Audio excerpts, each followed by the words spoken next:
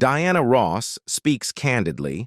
Michael Jackson and their relationship. How exactly did Michael Jackson's mother, sister, and lover, line to Diana Ross, come together?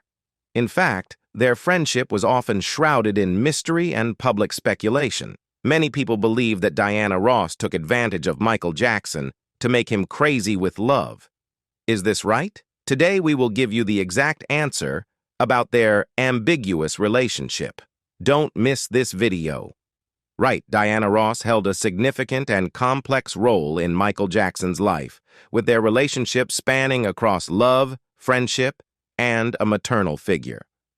Ross, who was 14 years older than Jackson, was a central figure in his personal and professional life.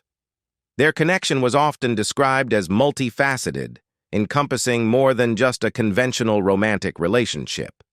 The story of Michael Jackson and Diana Ross began in 1969 when the Jackson 5 signed with Motown, a record label founded by Berry Gordy. It was at this point that their paths converged and the dynamics of their relationship started to evolve. Berry Gordy, the founder of Motown, was not just a mentor to Michael, but also had a romantic involvement with Diana Ross, leading to the birth of a daughter out of wedlock, which added another layer of complexity to the situation. Michael Jackson, a child prodigy who was often compared to the likes of James Brown and Sammy Davis Jr., quickly became the star attraction of the Jackson 5, capturing the attention of Berry Gordy. It is worth noting that there were misconceptions about Diana Ross's role in discovering the Jackson 5. She was often credited with having discovered the group, but in reality, this was a public relations stunt. Similarly, it was widely publicized that Michael Jackson was just 9 years old at the time they met in 1969, when in fact he was 11 years old.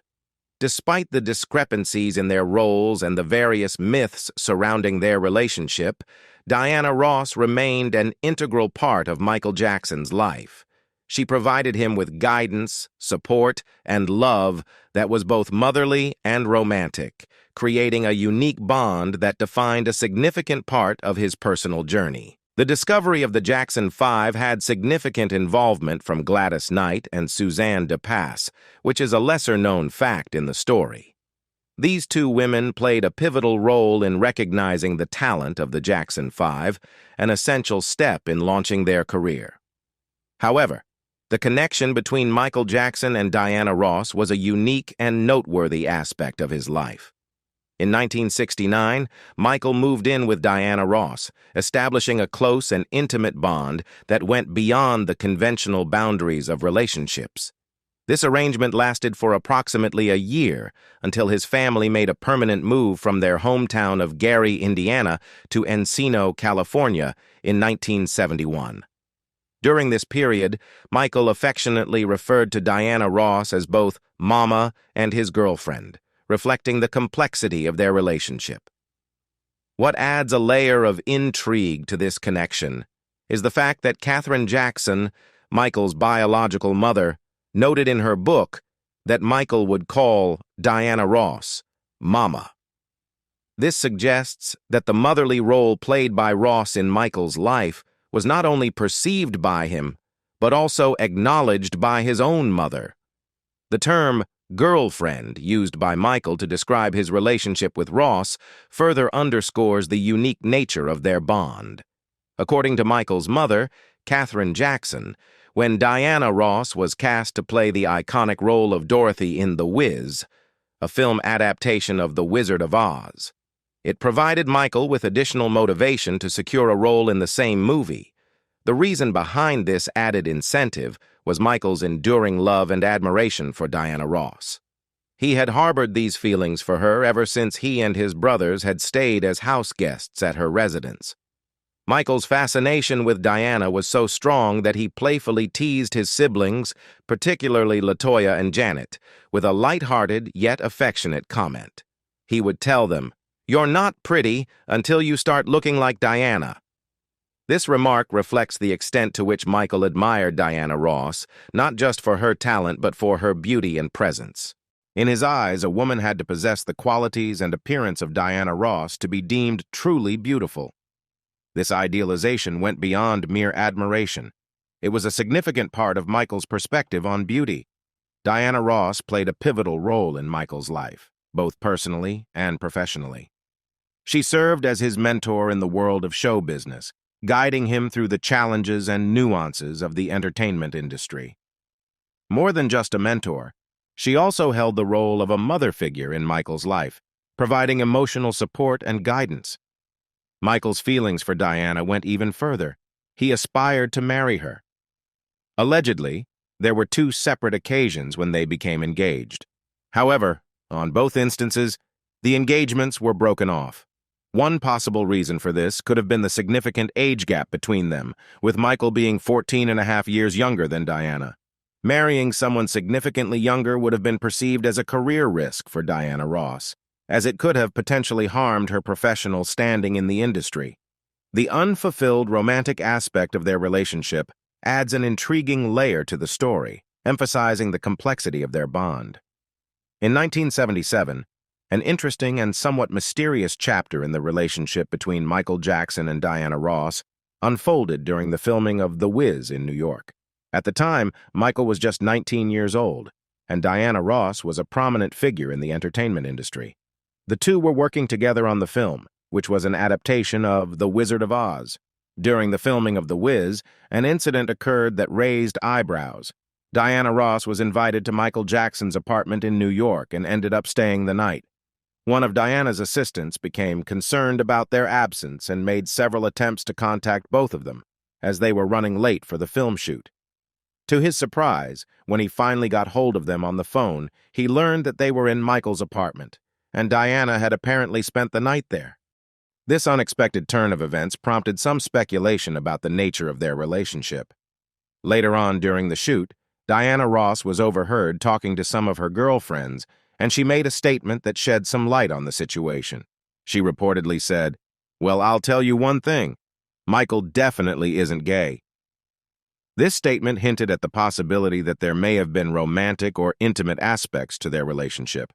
When the assistant who had been trying to contact them asked Michael about what had transpired between him and Diana, Michael responded enigmatically, saying, "You'd have to ask her that." Similarly, when he approached Diana to seek answers, she cryptically told him that he needed to ask Michael. In this heartfelt statement, Michael Jackson opens up about his romantic relationships and deep emotional connections. He reveals his feelings and experiences with two significant women in his life, shedding light on his emotional journey. The first woman he mentions is Tatum O'Neal, with whom he shares a close and affectionate relationship. Michael explains that their bond evolved into a profound connection, and they fell in love with each other. This romantic attachment endured for a considerable period. Over time, however, their relationship transformed into a strong and enduring friendship. Michael and Tatum still maintained occasional communication, emphasizing the enduring bond they shared. He also describes her as his first love after Diana Ross. Diana Ross, the legendary singer and mentor in Michael's life, holds a special place in his heart. Michael's admiration and love for her are profound, and he confesses that she was his first love. Hearing about Diana's impending marriage brought mixed emotions for Michael. On one hand, he was genuinely happy for her, knowing that her marriage would bring her immense joy. However, he couldn't hide his own feelings, and he admits to experiencing a sense of hurt and jealousy. It was challenging for him to see Diana marrying a man he had never met because his love for her had been unwavering and enduring. In the provided information, David Guest shares an intriguing anecdote about his close friend, Michael Jackson. According to Guest, Michael confided in him about an incident that occurred on a movie set. It seems that one of the leading actresses in the film had extended an invitation to Michael, asking him to join her in her hotel room to watch a movie together. In Michael's own words, the encounter could be described with the expression, "she jumped his bones," implying that she made a romantic or physical advance toward him. Additionally, Frank DeLeo, another acquaintance of Michael Jackson, alludes to a secret that he intends to carry with him to his grave. He cryptically mentions that he is aware of some of the famous individuals with whom Michael had been involved romantically, but he does not disclose any specific details or names. This statement hints at a level of discretion and privacy that surrounds Michael Jackson's personal life and relationships, leaving the details of his romantic experiences largely unknown to the public. In August, Michael Jackson celebrated his 24th birthday, and during this time, he expressed a newfound sense of control and autonomy in both his life and career. He mentioned that he now takes an active role in managing his affairs, even to the extent of overseeing the people he employs, telling them what tasks to carry out.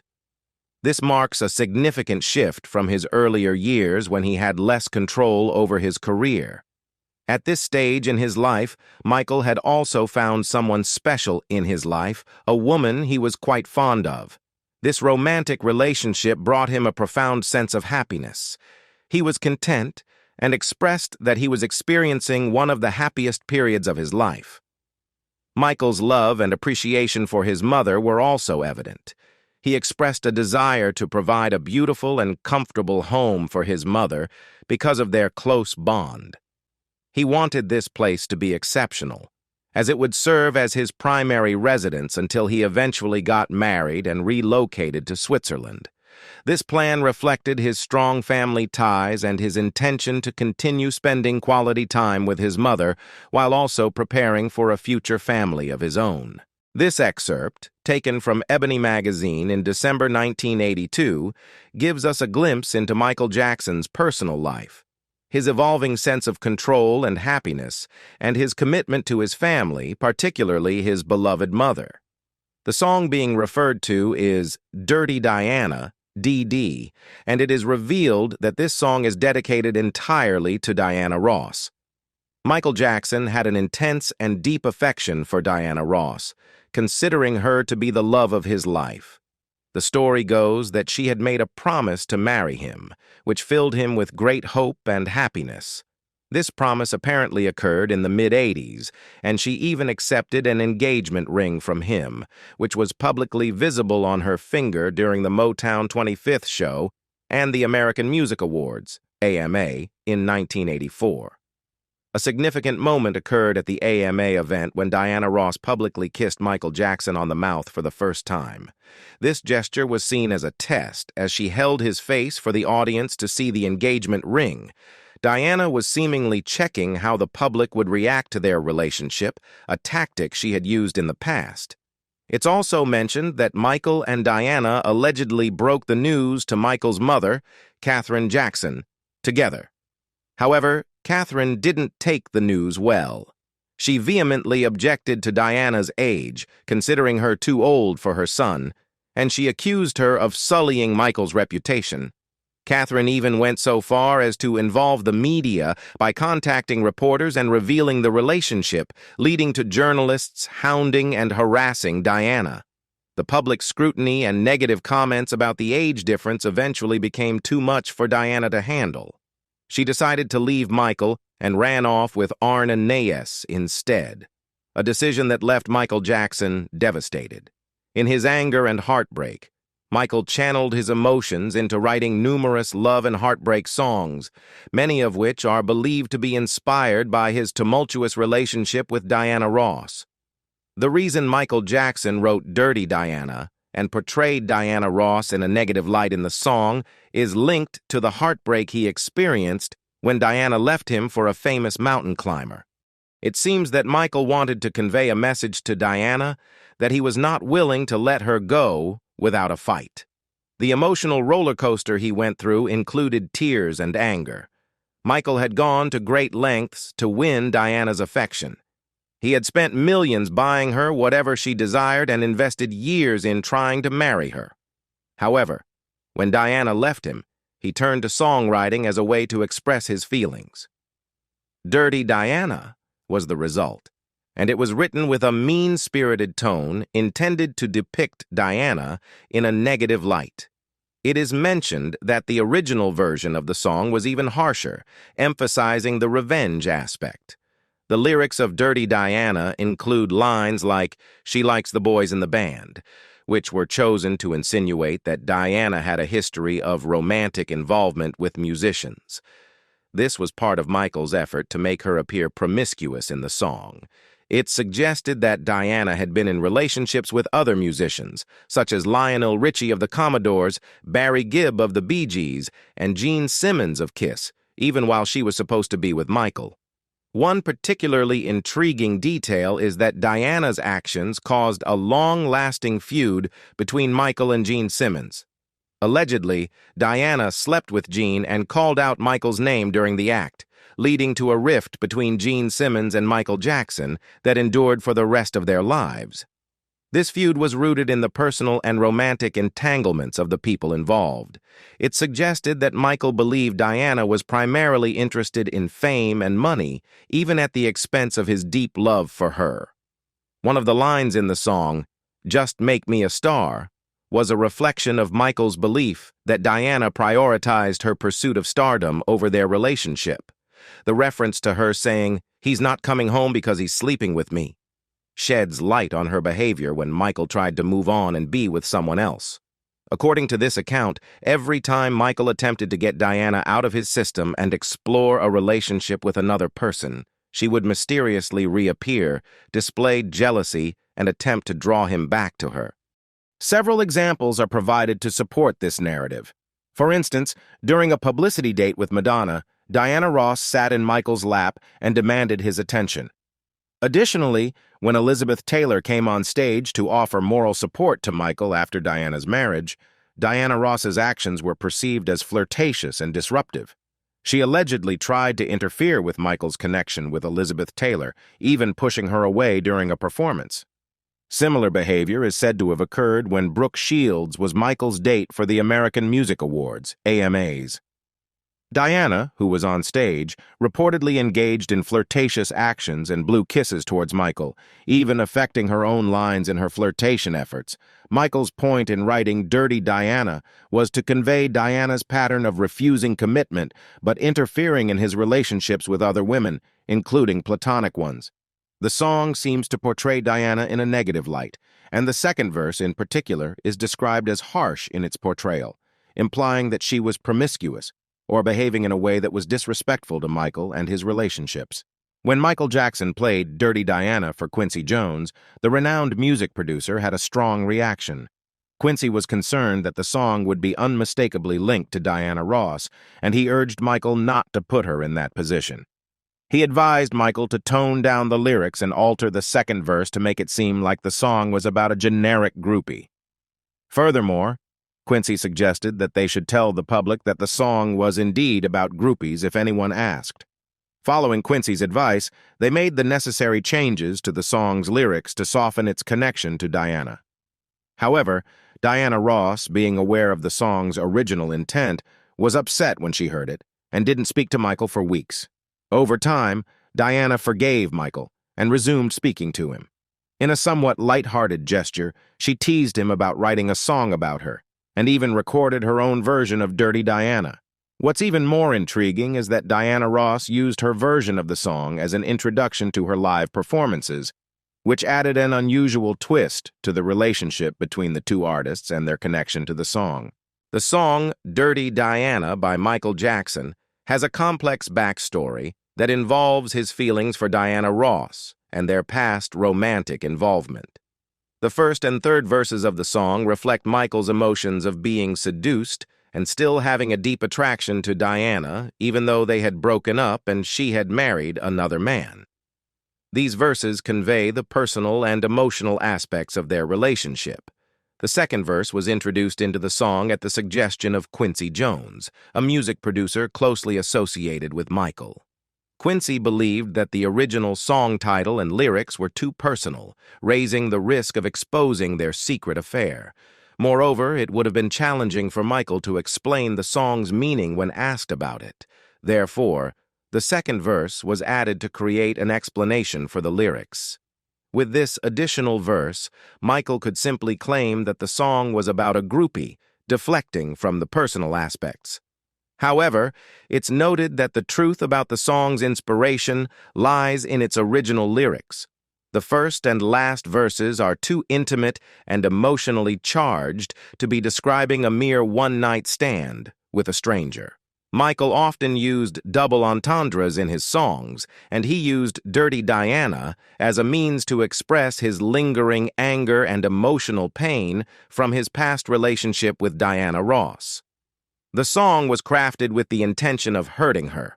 The choice of the word groupie in the song's altered lyrics is significant, particularly in the context of Motown culture. The term groupie in Motown language carried connotations of a woman who pursued romantic or sexual relationships with musicians, often following them on tour. Diana Ross's reaction to this choice, including her decision to incorporate the song into her own album as an intro, suggests that she understood the message Michael intended to convey and that it indeed struck a nerve.